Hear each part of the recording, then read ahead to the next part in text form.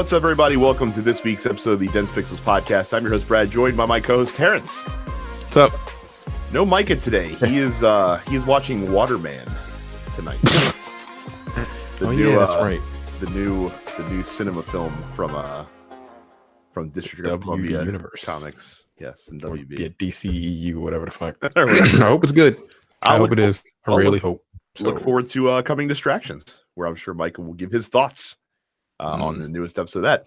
And also, just to let you guys know, this is going to be the last episode of Dense Pixels, probably in 2018. Obviously, we're not recording on Christmas Eve next week. Probably not recording New Year's Eve or New Year's Day. The following week, we may do, maybe later on that week. We'll see. We haven't even talked about it yet. Jay probably will put out a classic episode next week to give you something to listen to while you are traveling for the holidays. But yeah, like I said, last episode probably of calendar year 2018. And yeah, so you have that going as well. So quickly, what I've been playing this week, I did get a steal of a deal on Tetris Effect, which is the new game, of course, that came out for PlayStation 4. I did not want to pay $40 for it. Fortunately, I was able to get it for $15, which is way better than $40. And Terrence, this is exactly what you would expect a Tetris game done by the creator of Lumines to be. It's Tetris with some crazy visuals and sick beats in the background. As you clear stages, the tempo and the drop rate of the Tetris blocks will change, much as it does in Lumines, and that's pretty much it. There's a lot of shit to do. If you like Tetris, you probably will like this a lot. It's one of the better versions of Tetris that I played, just because you're not going through the same old, level 1, level 2, level 3. Like, it goes from like level 2 to like level 6, and then back down to 4, and then up to 8, like based on the song, because the drop rate is going to be affected by, the song that's the track that's playing. Oh, okay. So I haven't played Tetris in I don't know how long. I mean, it's Tetris. It's Tetris, yeah. And obviously, much like in Lumines, as you rotate the blocks, as you drop them, it'll interact with audio and visual cues. Again, it is literally a Lumines version of Tetris, which is exactly what I wanted it to be. Looks spectacular in HDR. I have not played it in VR. Not going to, because I don't have a VR headset anymore, so I'm not going to get to experience it that way, though I've heard it is quite cool to play it in VR, but not for me. So yeah, Tetris Effect. Look, if you can get it, I think it's still on sale at certain retailers right now for $20. That's a really good deal. I would certainly say it's worthwhile. What's the retail price? Is it $49? Oh, it's $40 normally. It's $39.99. Oh, $40. Okay. Which is way too much. And this is a game that I was about to say this is Tetris. Yeah, it literally is. It literally is. And this game will go on sale a bunch. Like even if you can't get it now, I'm sure it'll be on sale, in the weeks and months to come. But like I said, if you like puzzle games, if you like Tetris, especially if you like Lumines, definitely check out Tetris Effect. It's very good. Okay. Bit of housekeeping before we move on. Go to youtube.com/densepixels, hit the subscribe button, and ring the bell icon. That way you never miss not only episodes of this podcast, but any other content that we put up on the channel, including we do Let's Plays and things of that nature. Again, youtube.com/densepixels. Make sure you go to tnpstudios.com. Oh, no, that's not the right site. densepixels.com/premium to sign up for the premium portion of the TNP Studios network. That way you can get access to our premium slate of shows, including the Aryan Grievances, the Men with the Golden Tongues, No Time to Bleed, and the Look Forward Political podcast, which posts every single week. I know Mike and myself are recording a new episode of Men with the Golden Tongues this weekend, where we are going to review Mission Impossible. It's always very cool. It's just $5 a month or $50 for the entire year. So again, that's the first one? Yeah, the first one. I love that movie. It's really good. And yeah, it is. It's definitely unlike any of the other Mission Impossibles, for sure. Like, that's basically what if Alfred Hitchcock made a spy thriller? That's basically what well, I mean, even though Alfred Hitchcock did make a spy thriller, technically, I guess, with Northwest.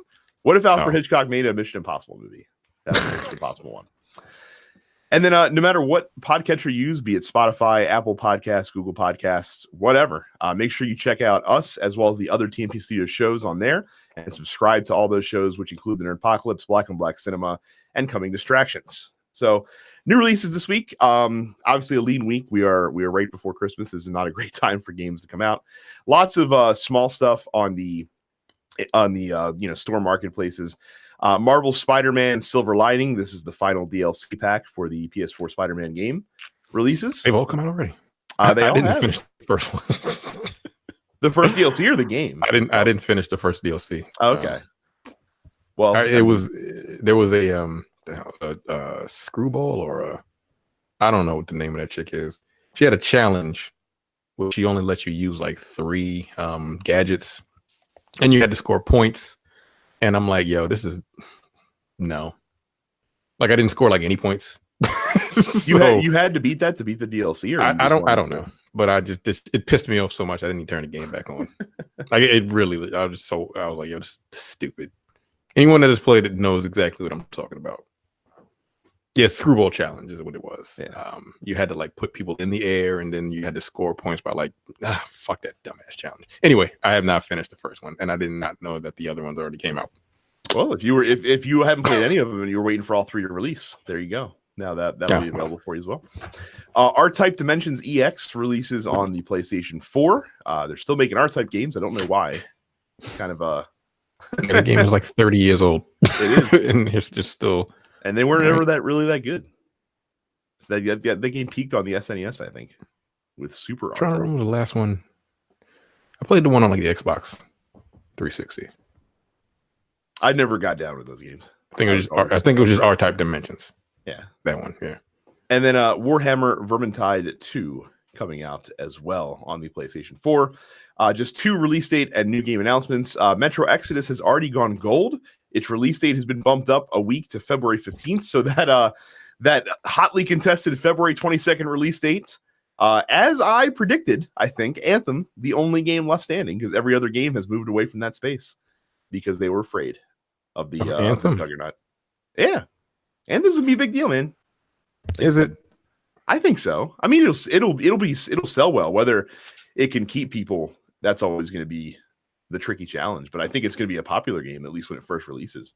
Unless of course, when the Xbox preview goes up, it has weird facial animations and some odd clipping, and then it'll just fucking, sink into the muck, and nobody will buy it, despite the fact that the game itself will be pretty good and actually one of the more fun games in the series. But I digress. Specific. Well, okay. All right. Yeah. And then Square is releasing a limited edition PS4 Pro with Kingdom Hearts 3 branding. It comes with the game as well. This is limited to GameStop in the US and EB Games in Canada. And if you have already not pre-ordered yours, well, you're not going to get one because they were super limited, and I think they sold out within like 10 hours on the day that they went up for pre-order. So, Terrence, are you disappointed to miss out on this Kingdom Hearts 3 PS4 Pro console? No, but it looks dope. I'm not gonna lie, it looks pretty cool. Controller has the little design in the middle on the touchpad. All white buttons. Also has the crown and heart logo at the up and down buttons on the D-pad on the controller. Oh, yeah. Nice little kind of cool. Yeah. One of the least offensive. It's not gaudy. Limited edition consoles. Yeah. It's very pedestrian. Like I like that design on the top of it. It looks cool, but I don't care. And like I said, if you really want it, you can pony up $650 to buy it for selling on eBay in about a month's time. So yeah, there you go. No. So that is it for release date announcements. Speaking of Kingdom Hearts 3, allow me to turn over headlines to Terrence. Yeah, so somehow someone leaked Kingdom Hearts 3. Retail copies of Kingdom Hearts 3. Retail copies of Kingdom Hearts 3. That is not set to come out for like another month and a half. Good job. So finally the game, I guess technically, is it too early? The game has been in development for 17 years. I mean, someone really, really wanted to play it. I mean, it's the most ironic thing that could happen to this game. It takes 12 years to develop, and it leaks out a month and a half before it's supposed to come out. A month and a half before. It could have came out months ago. I feel like it could have. It technically came out years ago. Really couldn't have. They were probably not done until like a month ago. It's so wild. Look, I don't feel sorry for him.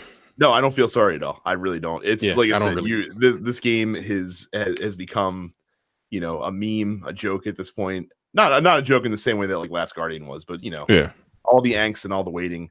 And look, like I said, it sucks if you are someone that's looking forward to this game and you have to now like duck and dodge spoilers that are going to be all over YouTube, and don't watch anything Kingdom Hearts related on YouTube, because otherwise you'll see those suggested videos pop up and someone will probably be spoiling shit in their title card that they put up there. So, but you don't think those would be taken down? I mean, they could if Square catches them all and files strikes against them. But who's to say that they will be able to? They might not, but they might not catch them all. I mean, they might catch them eventually, but not before a lot of people get spoiled. And then Tetsuya Nomura, who's the director of Kingdom Hearts 3, apparently says the biggest spoilers for the game aren't even in the game yet, because I guess they anticipated something like this happening. He said the biggest spoilers are the game's epilogue and secret movie, and they will be released at a later date, he says. What the fuck does that mean? Like a month after, when they release a different mode, like a new mode for a game, kind of like Devil May Cry 5. What if you had to, which is not new, pay for it? Whatever. What if they release it as paid DLC? Yeah. You know what? I want them to. I don't care about the goddamn game. Like, look, I mean, like, I feel like it's very easy to avoid spoilers. Like, just don't put Kingdom Hearts 3 into your search. That's gonna be tough though, man. These kids are gonna be on like Kingdom Hearts like hype train for the next 6 weeks, because it's actually happening. It's coming. And look, play the old ones, right? And look, just don't say anything about YouTube. No. Well, maybe that. Well, if you get spoiled, it's your fault. And by the way, we now have definitive proof that the game does indeed exist. It's actually in people's hands. Right. So this is some grand con. Nomura also asks people not to share videos of the game if they happen to get their hands on an early copy of, which of course they fucking are. Come on. It's absolutely happening. Again, I feel like it's very easy to avoid spoilers for this game. Just don't look at anything. Look at anything Kingdom Hearts related online at all. See, the problem is, like, even if you're watching this video, though, you might get, a Kingdom Hearts video popping up on the side just because we're talking about it and because it's going to be in the episode tags. So watch out. Just like duck your head, or like when you're watching on YouTube, just like watch it like this the entire time. So like you can just cut out that part of the screen from your. It would have to be in the title. Like, would somebody be a dick and put whatever it is in the title? Yes, Terrence. Yes. People are assholes. I'm sorry. I don't know what the fuck. I just had a brain fart right there for a second. Yeah, people are fucking terrible. People are total assholes on YouTube. Yes, they would absolutely do that. Yeah.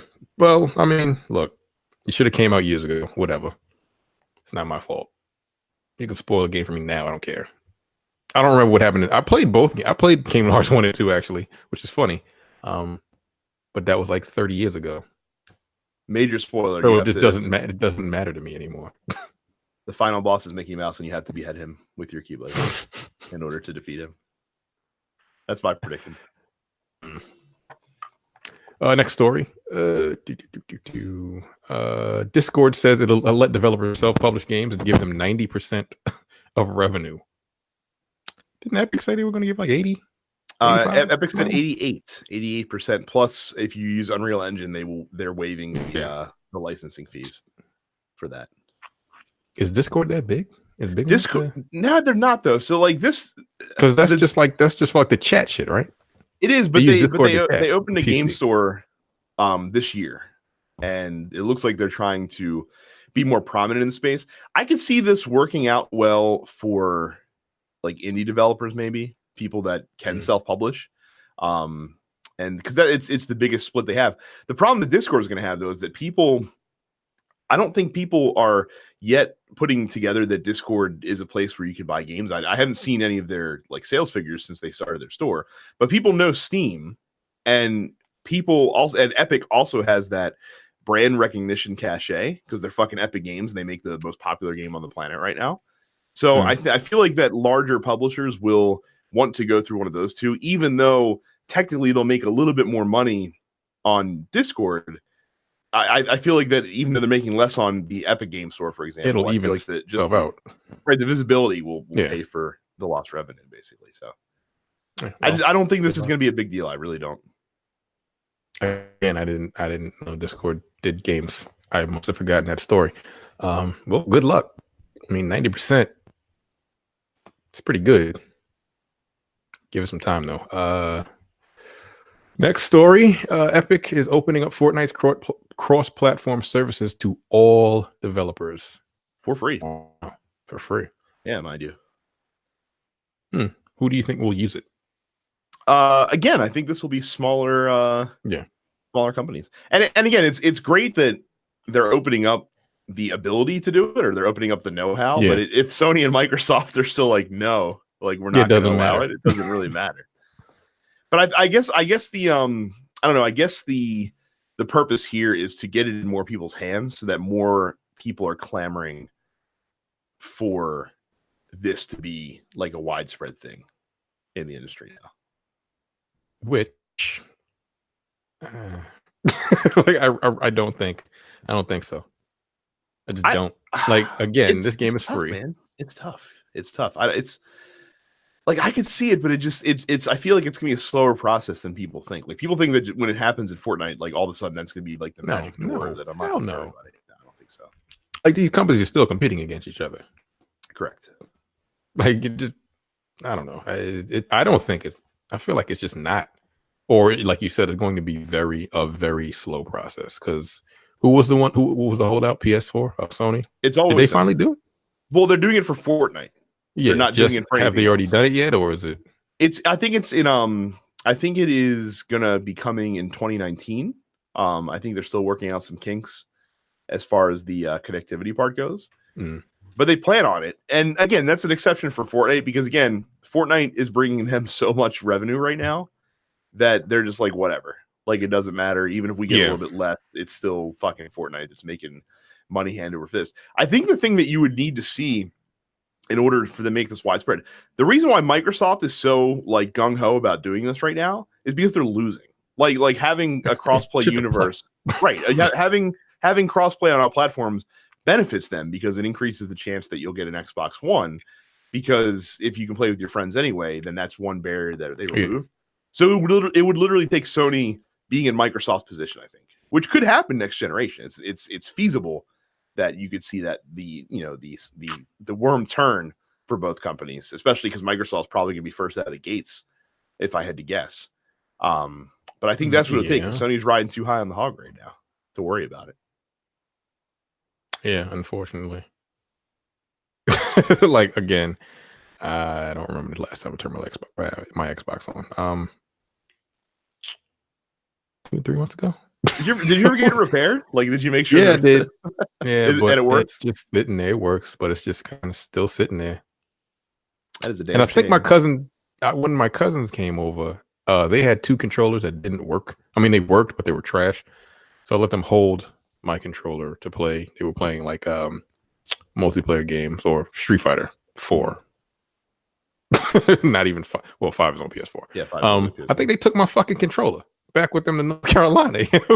I can't find it. Well, now you got 2 busted ass controllers. Congratulations. No, they took all of the controllers back. Oh shit, you have no along with mine. I have one. No, I have one. I have one controller, but I'm like, where the fuck is my other controller at? The good one.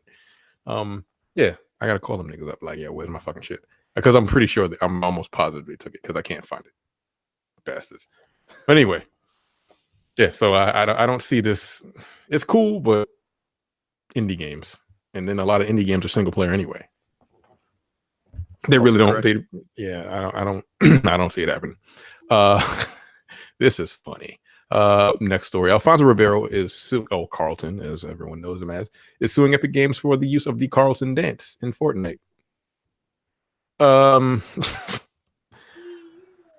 I guess the only reason why this works is because you have to buy that dance.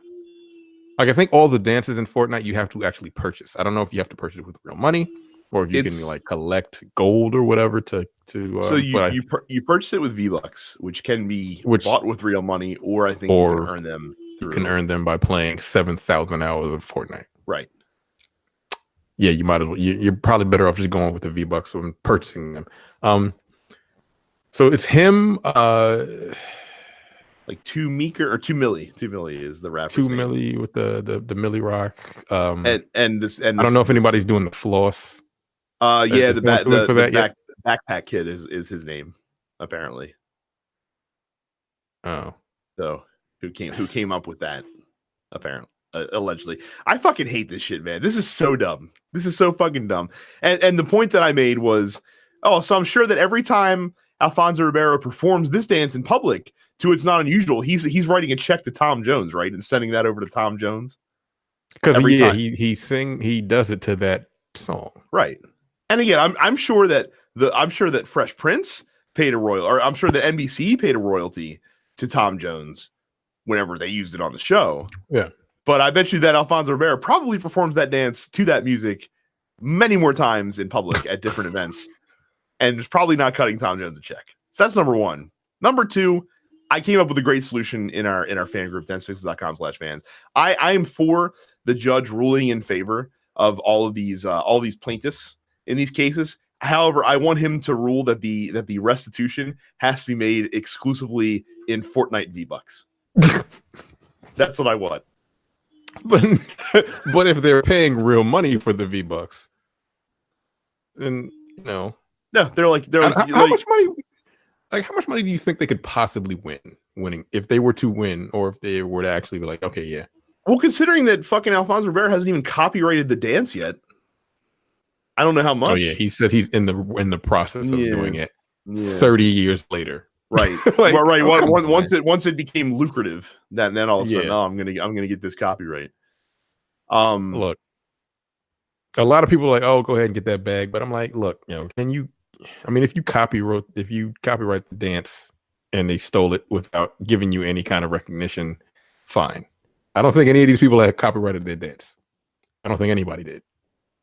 And therefore, can you copyright a dance? I think you can. I think it is possible. However, at what point does that become like something that could be copyrighted by somebody?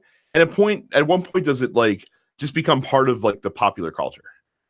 You know what I mean? Because I feel like the Carlton Dance transcended Alfonso Ribeiro and just became like a staple of pop culture. Yeah. And so that's why it's in the game. It's not, they're not, Fortnite didn't put it in the game because they're like, oh, we're huge Alfonso Ribeiro fans and we really want to capitalize on the popularity of Alfonso Ribeiro in 2018. No, because it's a pop culture phenomenon. You know what I mean? Same like with the fucking cross dance. Right. So it's not, I hate these lawsuits because I feel like that they're frivolous. And again, if Fortnite was some, under the radar game that nobody gave a fuck about, they wouldn't care. It's just because Epic's making a shit fucking ton of money and they're looking over there like, well, let me get some of that money. Let me get some of that for the dance that I did Alfonso Ribeiro even create the Carlton Dance? Like, is that a fact that he invented it? I mean, I couldn't tell you that I ever saw it prior to him doing it. I don't know. Interesting. I wonder if that would be relevant in a court filing. Like if he had to prove that he was the one that actually came up with the dance. So like from the 1950s fucking Wilson Pickett was born 50 years too late. He had the land of 1,000 dances. He could have made bank. He could have made all the money. To see. Yeah, I just googled Carlton Dance. It's just him. I can't. Yeah. There's a history. Very few, very small percentage of our audience will get that Wilson Pickett joke. People are like, "Who the fuck is Wilson Pickett?" I'm old. Okay. I don't. All right. Is there one more story left going? What's going on here? Okay, and then the last story. Fuck is Kage? Oh no, it's Kage, not Kage. It's Kage. Terrence. Where's the R? I don't know. Ain't no R in there. It's pronounced Kage. There. I looked it up. Okay. It's also in the article. So Capcom has released a new character for Street Fighter V, and he's Evil Ryu. He's not character. Called Evil Ryu. New character. Wait, he wasn't already like Evil Ryu isn't already in 5? No, Evil Ryu. Well, no, not in 5. He was in 4. Yeah, I know. But it's important. It's important to note that this is not Evil Ryu. This is Kage, a new character. I haven't looked at the video yet. Do Do you need to? He's not called Evil Ryu, though he's called Kage. Kage. That's funny. The embodiment of Satsu. Whatever. Think right. What the fuck is this? Does he have devil horns? Yeah, so apparently this is the Kage is the living embodiment, a sentient embodiment of the Satsui no Hado, which of course is the devil power that lives inside Ryu that he tries to keep at bay all the time. Kage is a living embodiment of that. So he's Evil Ryu. Yeah, he even pretty much has Evil Ryu's moveset for the most part from Street Fighter 4. He just has like horns. Pretty much. Wow. How much does this character cost? $5? Or 100,000 fight money, Terrence, which you can earn by enabling sweet ads in Street Fighter 5. How long does it take to collect 100,000 fight money? A long fucking time. That's how long it takes. Because I think the average match, I haven't played in a while, so you'll have to forgive me if my amounts are low. I think the average match you earn like 200 to 300 fight money. All right, so that's a lot. Yeah, that's a lot of matches. Pony up like to $7 or whatever because it's 4.99 euros. And euros, I don't know what that is in bucks. And this is not even season 3. This is gonna be the first character for season 4. Apparently. So just Evil Ryu with a skin. Yeah. A slightly different skin than Evil Ryu. Kage. Like you said, where is the R? I don't know. All right, Capcom. Yeah. You're lucky people play your fucking game. You're really lucky that you have this Capcom Fight Cup or whatever the hell, Capcom Cup going on. Capcom Pro Tour, Terrence. Haven't seen the ads? Yeah, no, because I don't play the game. So I have not seen the ads. And I'm happy that I have not. You one Ryu is not enough. Having 2 is the way to go, obviously. You're gonna want Kage in your game. The best way to do that is to get PlayStation Store credit. And the best way to buy that is to go to densepixels.com/Amazon and buy it on the store. I know what you're thinking. I can just use my credit card on my PS4 and do that myself, Brad. I don't need to go through a third-party vendor just to get a code. And you're right. But just buying it directly on the PS4 does not help support your favorite video game podcast. And why wouldn't you want to do that? You absolutely want to do that. Look, if you want Kage, if you're rocking on Xbox One, too bad. Street Fighter 5 doesn't exist on that console. But you could get 2018 Fighting Game of the Year, Dragon Ball FighterZ, instead. Either way, whenever you buy anything on Amazon, use our link, densepixels.com/Amazon. Anything big or small, we get a small percentage of the sale. It helps support the podcast. Thank you to those that use it and those who continue to use it as well. I know you're going to have that Christmas money too. They're going to be getting you those Christmas gift cards, Amazon gift cards. densepixels.com/Amazon. And why should you support us? Because for our last episode of 2018, probably, we are giving you the gift in the Dense Pixels post office of the often imitated but never duplicated, what do you people want us to talk about? So topics, both gaming related and not, to be had here. Let's go ahead and sort the list here.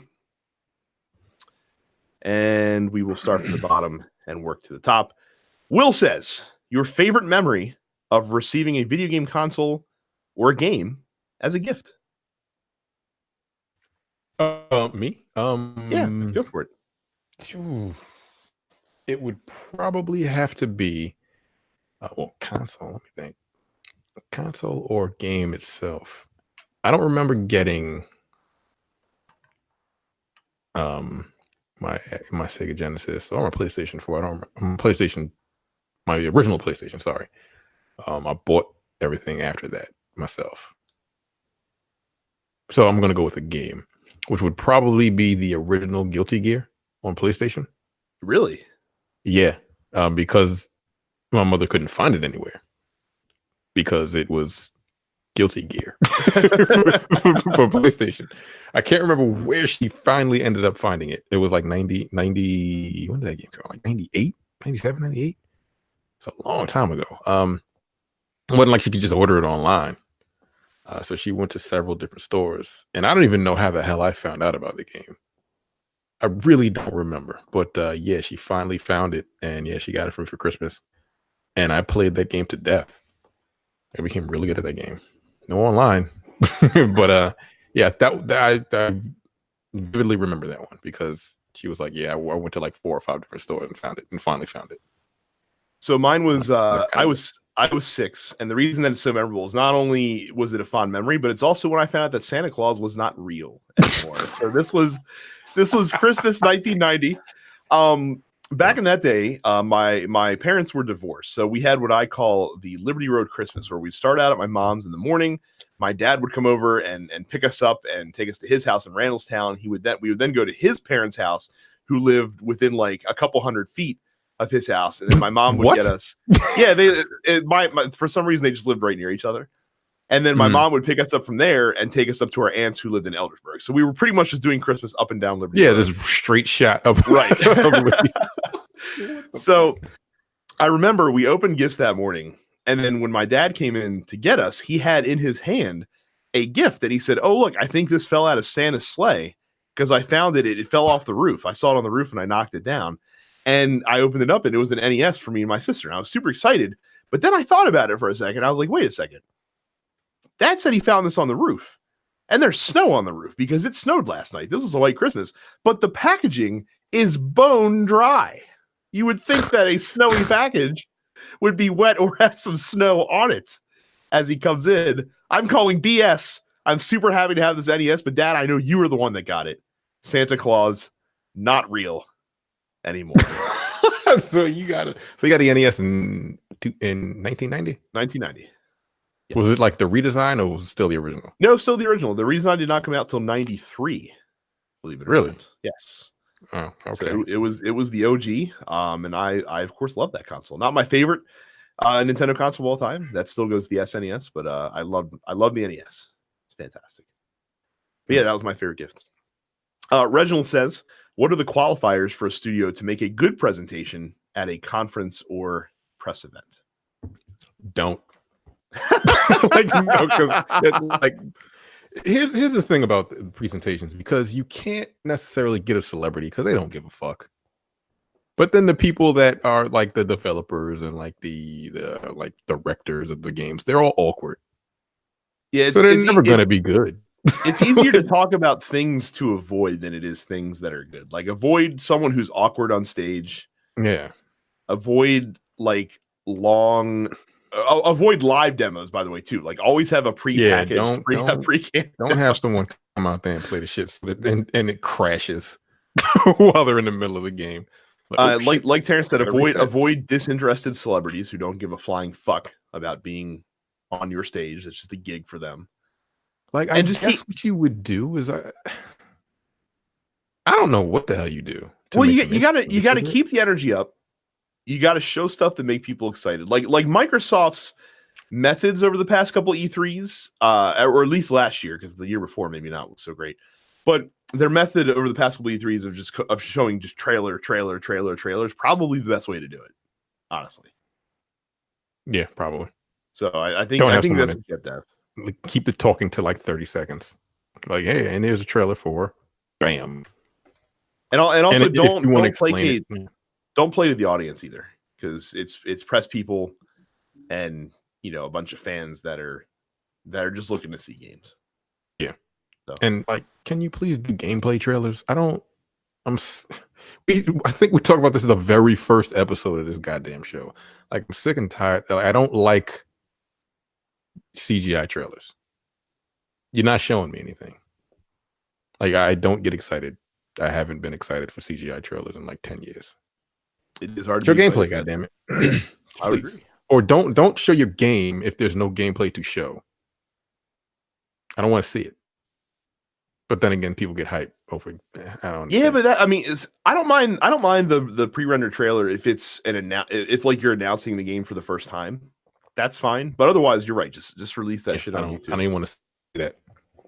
If you're going to announce it when there's actually gameplay. That's me. I'm tired of it. Mark says he has nothing to ask, but he will say thank you for another year of keeping it real when it came to your opinions on the video game and wrestling worlds. You're welcome, Mark.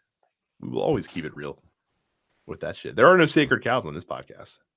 Not by a long shot.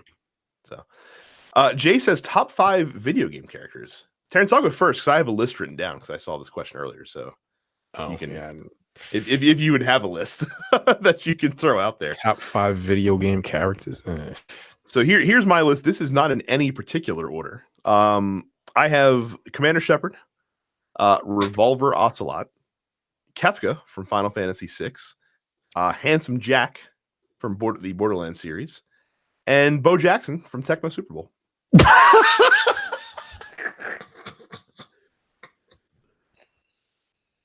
He was a monster. Wow. Yeah, he was broken. He was broken. He was like the first broken character in a video game ever. Wow. Bo Jackson. Handsome Jack, really? Handsome Jack. I love Handsome Jack. Commander Shepard. I like Commander Shepard because he can be whatever you want him to be. You can do it to a point. To a point. But you can, but like I said, you can it is a lot of fun being Renegade Commander Shepard in the Mass Effect series. It's smacking people and shit. Do I have a top 5? I figured this would be a difficult question for you to answer. Yeah, I don't fucking give a fuck about any characters. Like characters.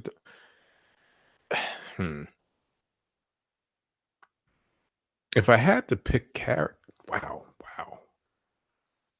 I don't think I'd have them in any kind of order. Characters that Marcus Phoenix. I don't fucking know. You're saying that with such conviction. I don't really like characters. Don't really like whatever. I just like gameplay. Like Commander Shepard's a cornball, regardless of how you play on Paragon or Renegade. I actually have always liked I've liked Marcus Phoenix as a character. Who else? I'm trying to. I might have to think about it as we go through these other questions because I don't think I have any favorite video game character. Nope, Dante. He's corny, but like, he's cool. I've always liked the Devil May Cry series, and he's just he's corny, he's funny from time to time, and it's just a jackass, but he kicks ass. So that's 2. I got nothing. Well, if you think of it, I might think of some more. Cam says breaking news on Monday Night Raw that he and I are going to be returning to WWE very soon. How do you guys hope we return? Heels or faces, and who makes sense for our first feuds? Yeah, I've missed those two guys.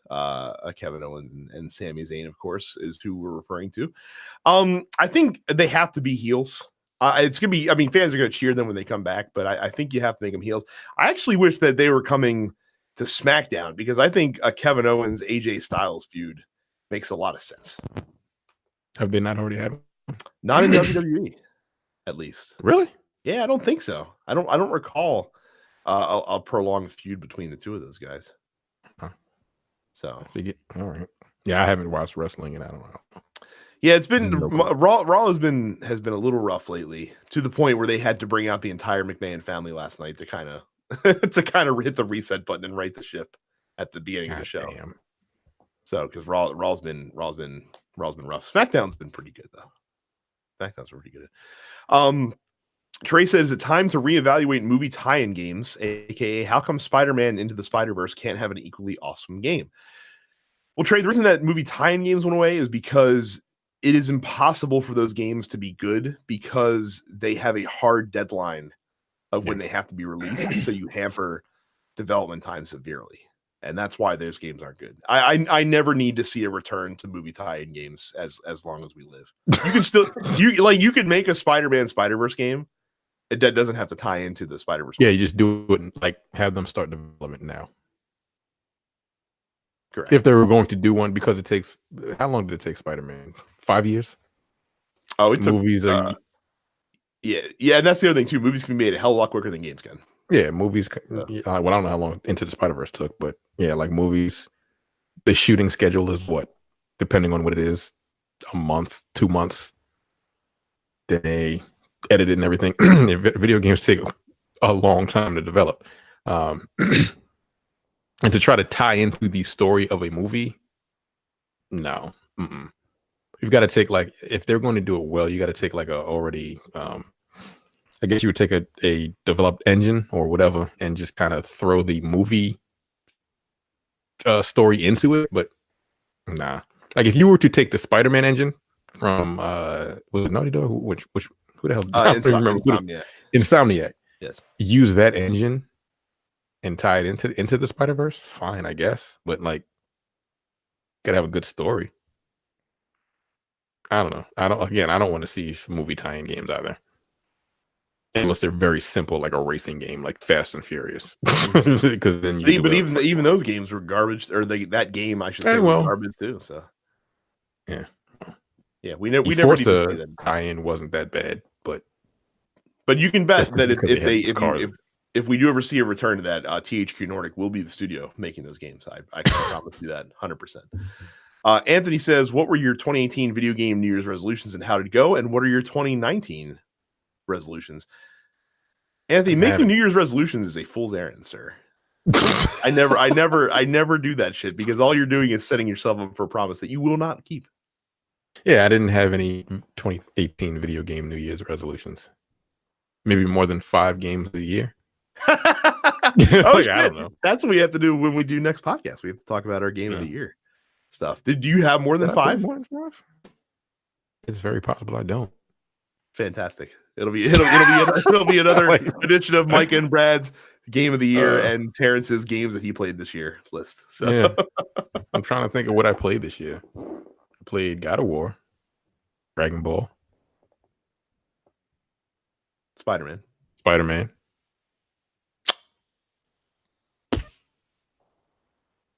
At least it's a more robust crop of games this year. Like I played a bunch of games. I didn't finish them.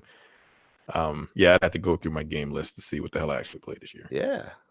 So again, your list might be populated with many old games as well. Yeah, probably. The new to me list from Terrence.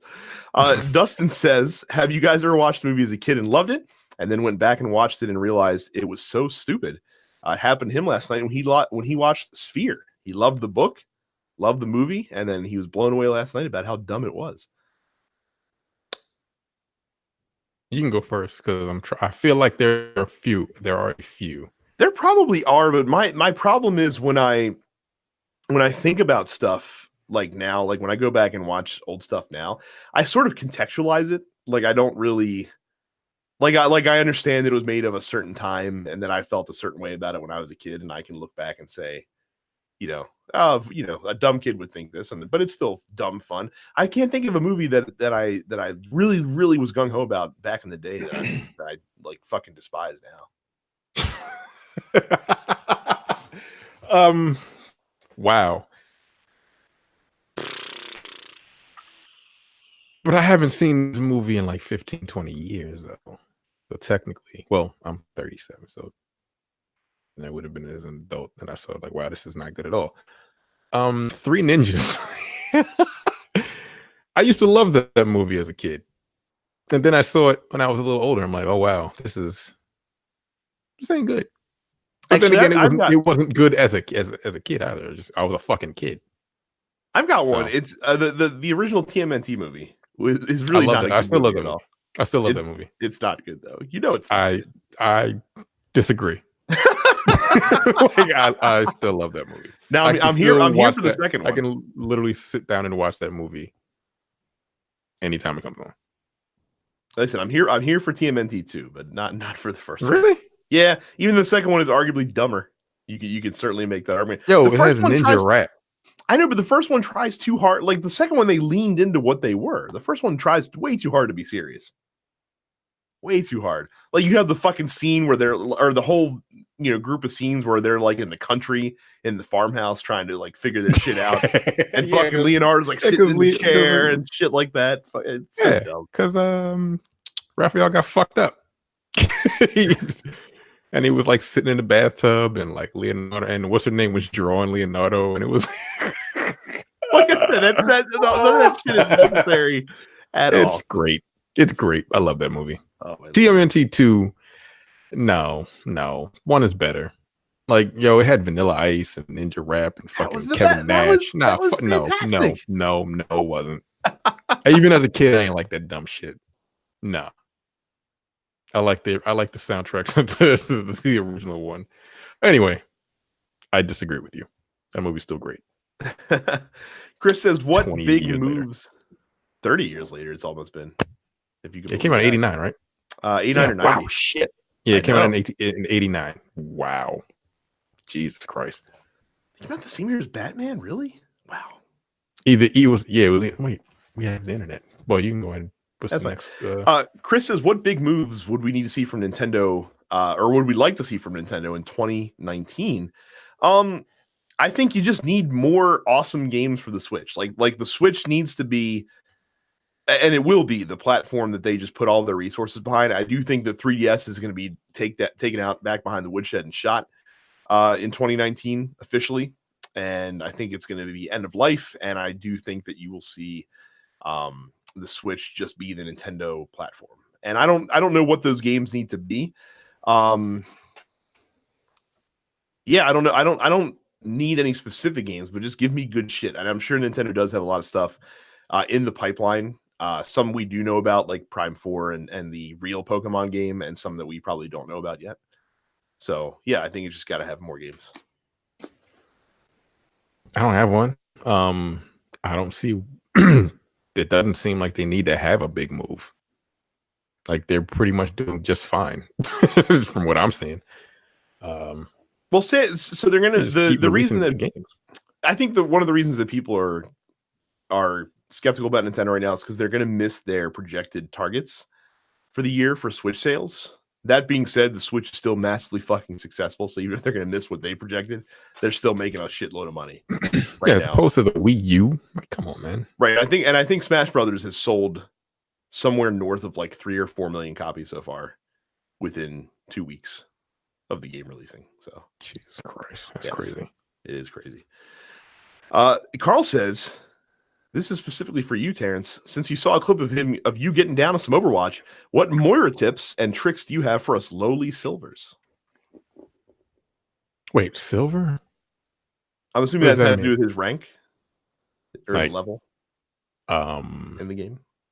If you're silver, you're higher than I am. I don't. Fuck. What I've learned with Moira is like she's only as good as her team, which is a lot of characters in that game. Like if you have a trash team, you're just not going to win. If people refuse to accept your assistance because she's a healer, actually she's a healer that does a lot of damage. What I do every time I start a match is she's got 2 biotic balls. She has one that heals you and one that does damage. I just shoot that ball in the general direction of the enemies, and that automatically does damage. Well, you already know that. And it builds her meter. She can get her super. I think the most I've ever gotten her super in a match was like 5 times.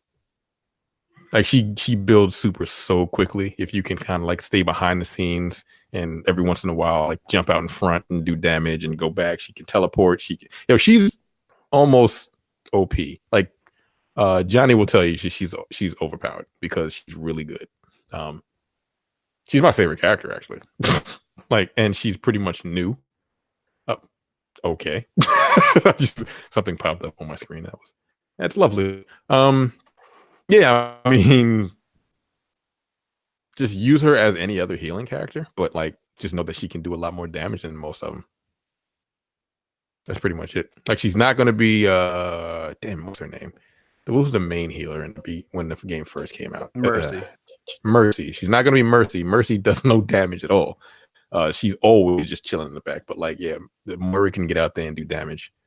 And when she gets her Kamehameha, it may not kill, but it's still put on enough damage that your teammates may be able to take the other people out. But I get a lot of play the games with her. She's fun. She's really fun to play. But again, if you're silver, I feel like you've got a higher rank than I do. So I don't know. You should get back to that game, Brad. It's fun. Yeah, I think if there's ever a lull in Destiny again, I might take it back. I haven't played Destiny in like 3 weeks. That's a shame. I mean, Black Armory's okay. It's probably the most fun of the horde activities that they've added to the game. I will say that. Stuart says, Street Fighter V must have in-game ads. What ads would you at least be prepared to accept, and for which characters? He already picked Pornhub for Lara. I don't play that game, so that's all you. Well, you know what? If you're gonna lean into this, let's make the ads as stereotypical as the characters possibly can be. So like have like Ryu like, you know, doing advertisements for like so like the kanji that's on his belt, like instead of it being just, you know, regular kanji, like have it be a Japanese logo of some kind. Yeah, sure. Why not? Yeah, just like I said, just pick any stereotypical thing that you can throw on these characters and just do it, because that would be the Capcom way. That would be peak Capcom in that case. I hate those fucking ads. Like, it makes me mad. It makes me freaking angry to even think about them. Evan says, "What do you guys want for Christmas?"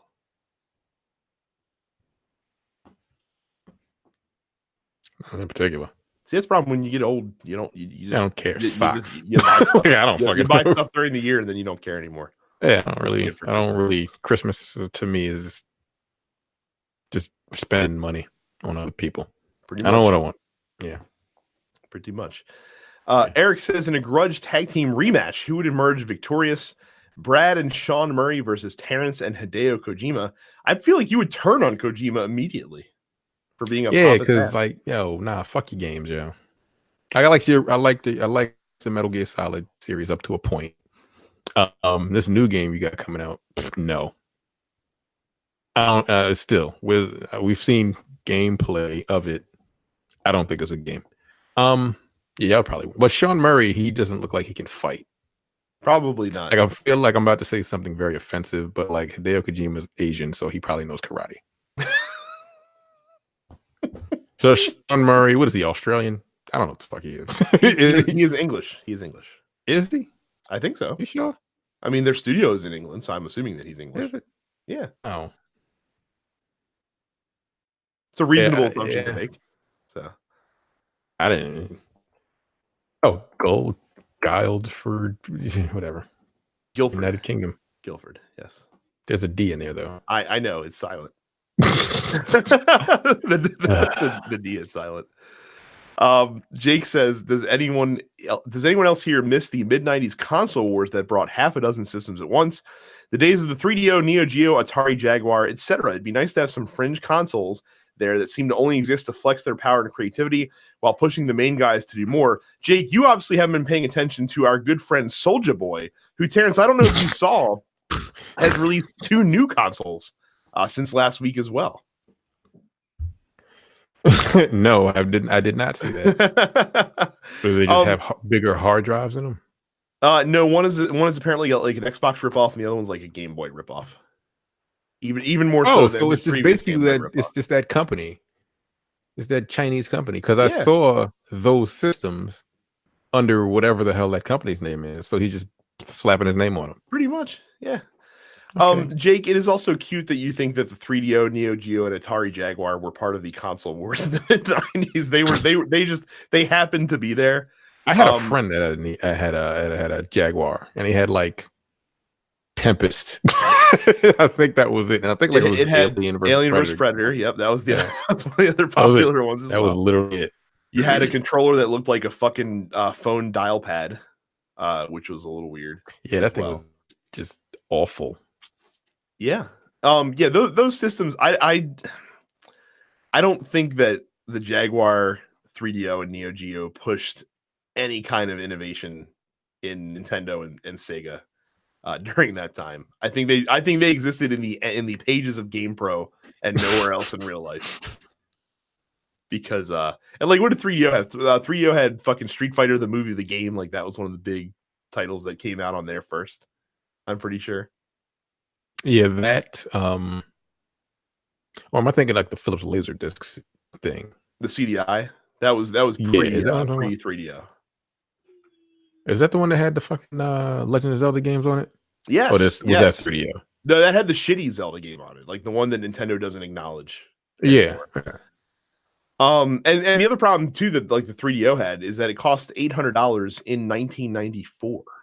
So like nobody, like, unless you were like super rich, nobody bought it. Yeah. So, I read about those in GamePro, but I never ever saw one in the wild. Which one? All of those. All this. I've seen all of them actually in person. I had a friend that had a 3DO. I had a friend that had a Jaguar, and one that had a Neo Geo. I don't know why they had those games, but yeah, I mean the Neo Geo.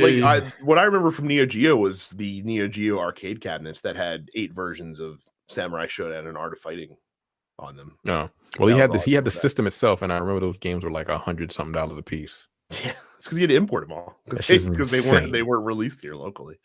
I mean that's like saying, I mean, and this is different in Japan because TurboGrafx was a big deal over there, but the TurboGrafx 16 had no bearing on the US market whatsoever. I don't think so. Yeah. Speaking of Soulja Boy, Johnny says, how much can I get in store credit for a Soulja Boy console? Oh, that's insane. Joshua says, February 2019 marks the 20th anniversary for the Power Stone franchise.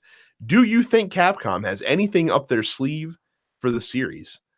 Joshua, I don't know if you know this. Capcom doesn't care about their fans. I mean, they do in so much as like Resident Evil 2 is coming out.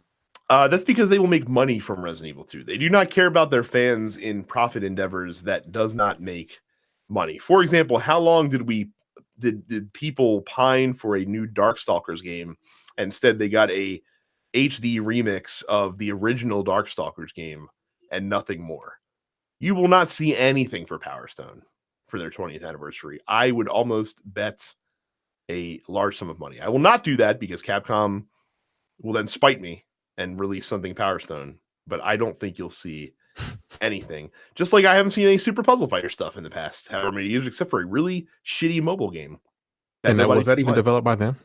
It was published by them. I don't think it was developed by them. No. But yeah. So you will not get anything Power Stone because it's too beloved. Capcom will not do anything about it. Just like you won't see any Rival Schools / Project Justice stuff down the road. I love Project Justice. Hey, they were great games. They were excellent games, but they didn't sell well, so Capcom does not care. And I understand that. I'm not even going to fault them for that, but yeah, don't expect anything Power Stone related next year. Malcolm says, as the tabletop expert, Brad, have you ever played Yu-Gi-Oh, Magic, or Pokemon? Yes, Malcolm. I started one of my earliest like hardcore.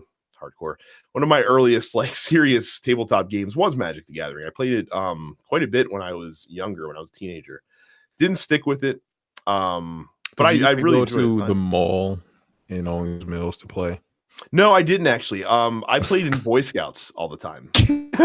Because I remember when I used to go to the mall, I would always pass Magic or Wizards of the Coast. They had a Wizards of the Coast store in the mall. Yeah. Yeah. When I always pass and I see a whole bunch of white people in there playing fucking Magic the Gathering. I'm like, dude, they did. This doesn't look fun at all. As I was on my way to like EB Game or like whatever the fuck it was called then. I think it was right next door, was it not? They were pretty close. Magic, they were like maybe one or two stores down. Yeah, if my memory serves, the Wizards of the Coast store was on the bottom floor. Yes, it was near the food court, and then EB Games was around that first corner. Right, the food court is upstairs. I know, but I'm saying near the food court. So like if you went downstairs, you mean like if you went down a couple shops, there was Wizards of the Coast, and then EB Games was right around the corner, below the escalator at Owings Mills Mall. Yeah. So yeah, I did not play it in organized play. But yeah, I did definitely play some Magic. I always wanted to get back into it, but it's too costly. And like if it's also hard to get into the competitive scene if you haven't been in it for a little while. So, but there are other games out there that have a much more consumer friendly distribution model that scratch that itch as well. And our final question comes from Leonardo Terrence, and he asks simply, why has God abandoned us? I didn't think we were going to get so theological for this what do you people want segment. Like I would, if I could, I would quote one of my favorite movies of all time, but I don't know that entire spiel, that entire which movie and which spiel? Jesus Christ. Like how did I just The Devil's Advocate. What's his name? Speech. The devil's speech in that movie. That's why. Because he's a What is he? An absentee landlord? Is that what we called him? Damn it! What is that? What is that? I need to find that. I'm actually Googling it right now. Now, Leonardo, you also have to realize that you are also talking to two atheists right now. So you have to we would say did he abandon you when he didn't exist? Al Pacino's in the first place. But yeah, I don't know. Mm-hmm. I don't know. Yeah, like I said, here's a couple of choice quotes from there. You know, he's a tight ass, he's a sadist, he's an absentee landlord. Like you say. Yeah. Go watch that and that'll answer your question, Leonardo. There you I love go. That movie. That's another movie that I love. And I can sit and watch. You know, I've never actually seen that film. I've never seen it. You should. Well, I have to ask you this question before I go watch though. Is Al Pacino like regular Al Pacino, or is he like current day Al Pacino in that film? What do you mean? So like, you know how in the past 15 years or so, Al Pacino has basically been a caricature of himself. This may have been the start of him becoming a caricature of himself. And then, like, if for nothing else, you have Keanu Reeves with a Southern accent. That alone.